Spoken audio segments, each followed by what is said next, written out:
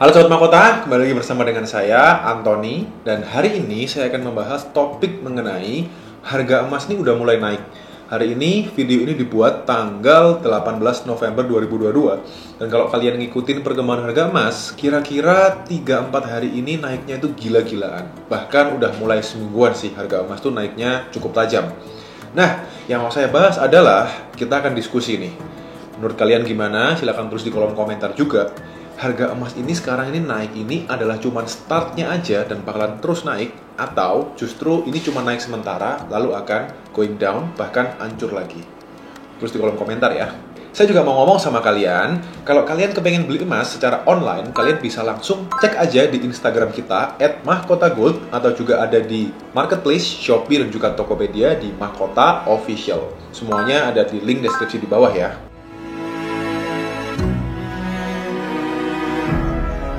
Oke, kembali lagi kita ke topik mengenai harga emas yang udah mulai naik nih. Harga emas itu sekarang udah mulai naiknya tuh cukup tajam banget guys. Kalau ngomongin harga emas secara per troy ounce, US dollar tentunya ya mata uangnya, yaitu ketika video ini dibuat itu di kisaran 1.765 dolar per troy ounce. Tertingginya kemarin itu sempat di 1.780 sekian per troy ounce juga ya. Nah, sekarang yang mau saya bahas adalah kenapa sih kok tiba-tiba harga emas ini kayak mengamuk naik gitu ya. Yang pertama adalah kalian pasti semuanya tahu ya, kalau kemarin kita habis ngerayain suksesnya Indonesia bersyukur banget mengadakan KTT G20 di Bali. Nah, ketika para kepala negara itu sedang asyik ngomongin mengenai perkembangan dunia, ngomongin bisnis, politik dan sebagainya, tahu kan, tiba-tiba aja ada rudal yang ditembakkan unknown, katanya menurut Om Zelensky yang nembak Om Putin. Tapi kita kan nggak tahu kebenarannya seperti apa, itu dicurigai.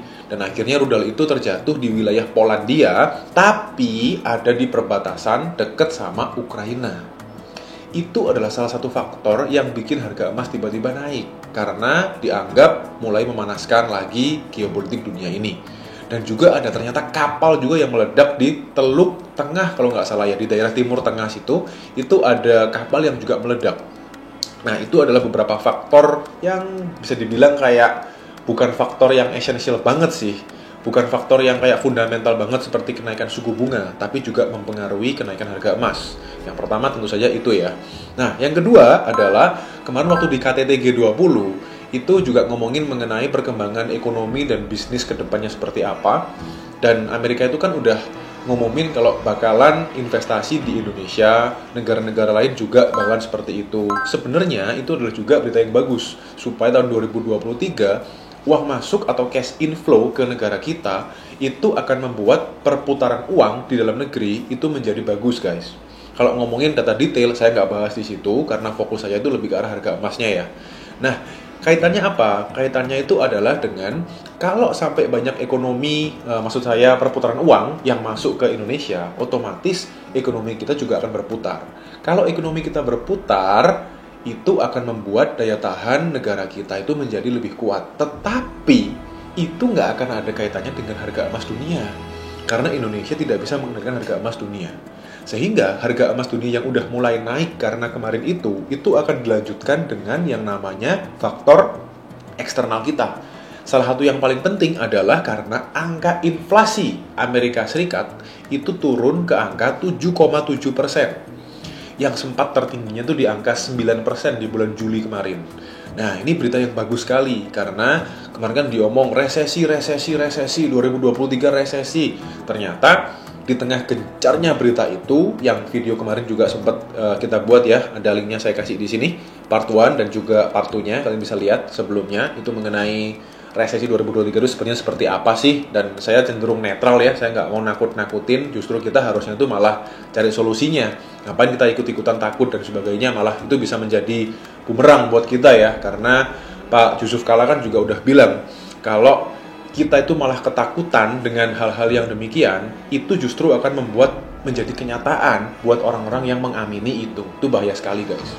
Nah, angka inflasi itu kalau sampai naik berturut-turut dalam 2-3 kali, negara itu akan dinyatakan resesi. Sehingga ini adalah good news, angin seger banget buat Amerika Serikat dan juga dunia tentunya, kalau angka inflasi Amerika itu sudah di 7,7 udah turun. Tapi yang penting juga, gimana dengan suku bunga The Fed? Apakah terus akan naik atau juga akan mulai turun? Kalau menurut pengamatan saya, suku bunga The Fed ini ke depan masih akan naik. Tapi cenderung naiknya udah nggak seliar kemarin ya. Kalau kemarin itu kan naiknya gila-gilaan banget guys. Dari cuma 0 jadi 2, 3, 4 terus dan seterusnya itu kayak sekarang itu kan bertengger di kurang lebih di 4% ya suku bunga The Fed ya. Itu naiknya cepet sekali.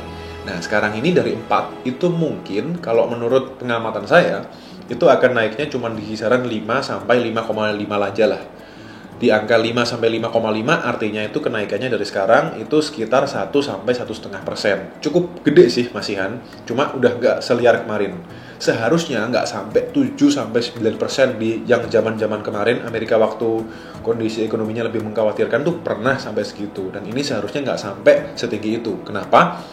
Karena dengan kenaikan yang sekarang ini aja, inflasinya udah mulai turun dan targetnya pemerintah Amerika itu membuat inflasi itu di angka 2%, which is masih jauh sih perjalanan.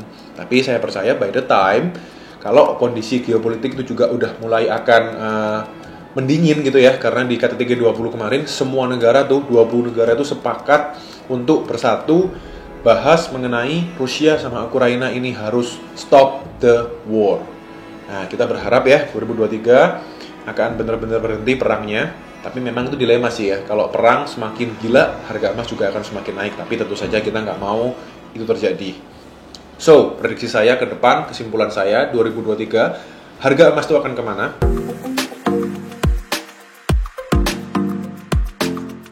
Harga emas itu masih cenderung akan naik, karena kemarin itu cenderung under value.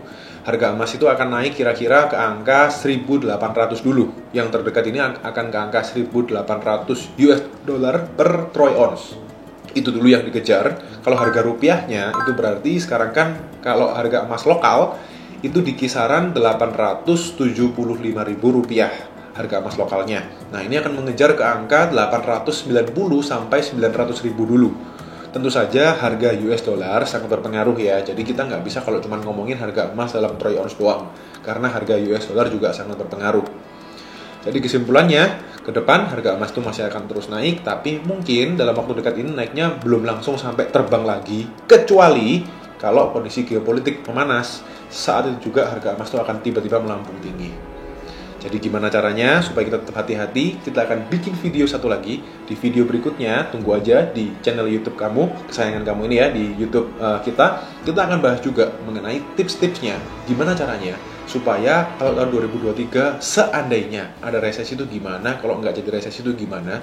Kita akan bagiin tips-tips sederhana supaya kalian bisa ikutin.